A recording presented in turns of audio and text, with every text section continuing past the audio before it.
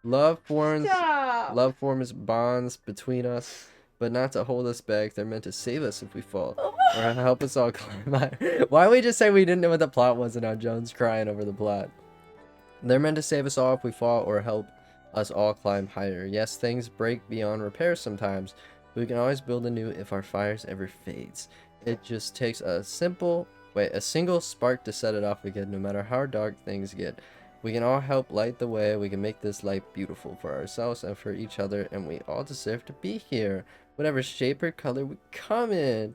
Thank you for playing Unravel 2. We hope you enjoyed it. We've all had many different roles in this project, too many to mention.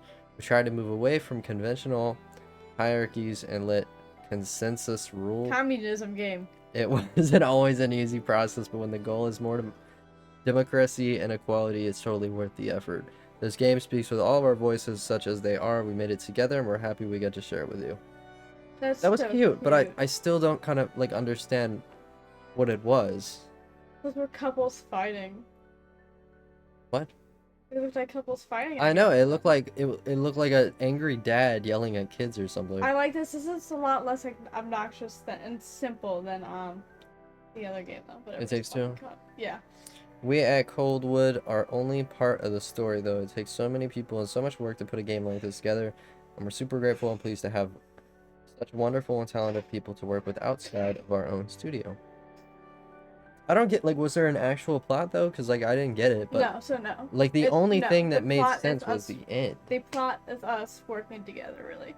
Like, the only thing that made sense to me that was, like, cohesive was the end when all of them came together to put the little light back in the lighthouse. Yeah, but that's the spark that we had been chasing the entire game. Oh. Well... Yeah, I guess that, And that working makes sense. together to find the Was spark. there any other plot? Let me see. No. Not really. Unravel. Well, what were the... I don't get... What were the little figures then? They represent love and like us as people, no matter what shape or color you are. I like how it said, like, story explained, Like, and then it despite our didn't do anything. differences, if there's just a spark to ignite the flame again, No, no matter that's how not... I'm bad talking things about the get. shadow people that looked like they were Yeah, yelling I at think- each other. That would probably be couples if you use your context clues. That still doesn't make any sense, though. Reddit. I love how Google is so useless nowadays. At the end of every search, you have to put Reddit. I guess people felt uncontent with the game since it didn't have a coherent plot, because it doesn't need one. I mean, I also feel like it's there, but just like Among the Sleeper games like that, it's I think like it's up to you. deeper. I think it's up to your more your interpretation than like a single coherent thing. So it's more relatable, probably. If you keep it vague, it's relatable. Listen, this says, are the kids just out killing adults by pushing them in the roaring river during the end scene? It looked like they killed like 3 people, and the townspeople banded together to stop their homicidal rampage. And that's the reason they were stuck in a group home to begin with. So they were kids stuck in a group home. Couple little psychos. Once they break out, they break into some kind of factory, graffiti, and then wreck it. Then they start a massive forest fire, destroying tons of property and killing wildlife before unleashing a flood and kicking 3 people into a burning river. During the game, you think it was accidents and kids being kids while trying to escape the people chasing them. Oh, that's right. Remember the kids in the beginning who saw something they shouldn't? See, that's what I was confused about. That's what I'm confused. Okay, so it seemed like there was a different meaning alongside everybody, like all of our little yarn characters putting the light back in the lighthouse. I feel like there's not a lot on the internet about this though. Okay. So as I see it, a boy and a girl are responsible for breaking into a weapons manufacturing facility, setting a forest on fire, and manage to douse the flames at the end. Then they get captured. Somebody said the story made no sense. It's a shame because the story of the first game was what made it such a great game. There's a lot of varied music and environments. Blah blah blah blah. Interesting.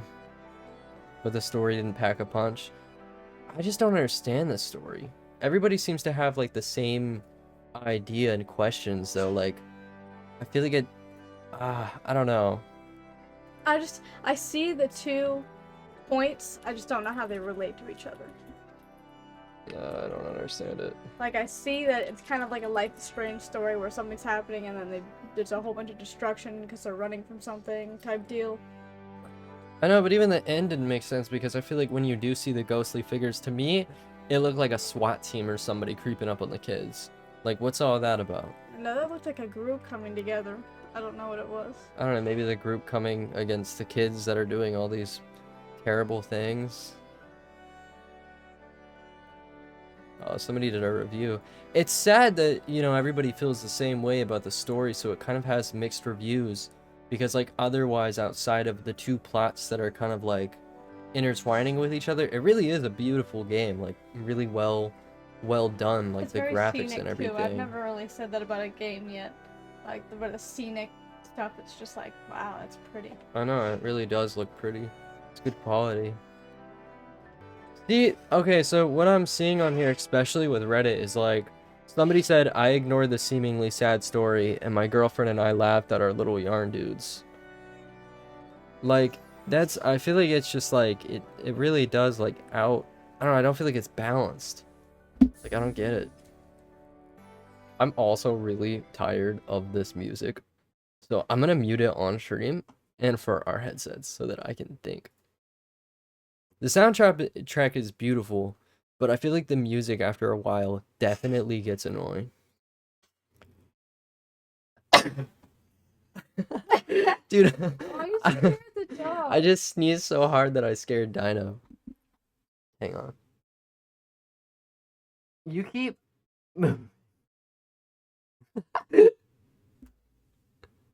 Why?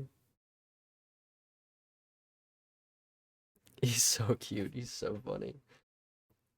But yeah, it's like, it was a very scenic game. It was very beautifully done. But I do feel like they definitely should have been a little bit clearer about, like, the message that they were trying to convey. Because, like, me and both Joan see an understanding that at the end, all of our little yarn dudes, not just me and her, but all of them come together to put the light back in the lighthouse, which implies that there was darkness, which I'm assuming are all of these bad things that are happening, like the flood, the fires, all of that stuff. But it's like, I feel like the message of whatever all of that stuff was, like, aside from that plot, it seemed like there was two stories side by side, and only one of those made sense. So Why is he panting? I am really just assuming that it is just two kids that were troublemakers in the town came together to, like, finally put a stop to it. The thing that makes the most sense. That's the only thing that makes sense. And maybe they did it the way that they did so that it could be perceived in many different ways and, like, leave it up to the gamer to decide what it means. But yeah, I feel like I was just reiterating what you said. Another thing too is also somebody mentioned in this thread that I'm on, they said that apparently, like, if you change the colors of the yarns, we changed our colors, but I guess we didn't notice this. If you change the color of the yarns, the kids' clothes also change. So somebody suggested that the yarns and the kids share a connection somehow. So maybe the yarns were the kids who are reliving the past memories or whatever. It is pretty open-ended. Oh, and somebody else got this too. I was confused because it seemed like there was, like, some sort of underlining tone of, like, domestic violence. That's why I kept mentioning Among the Sleep, was because in Among the Sleep it hinted at, like, a failing marriage and, like, an alcoholic mom. Completely unrelated, but kind of related. So that's why when it started showing what looked like adults yelling at kids, I assumed maybe it has a deeper meaning of, like, domestic violence. But it didn't seem that way. But apparently somebody on this thread also had that. They said, if anything, the domestic violence part in the background creates stress in such a fun puzzle game. It's terrible. But it's like, we don't actually know if that was an instance of demonstrating domestic violence, but, like, somebody else got that impression too. So that side of the thing, like the adults and the kids, that seems a little confusing to me.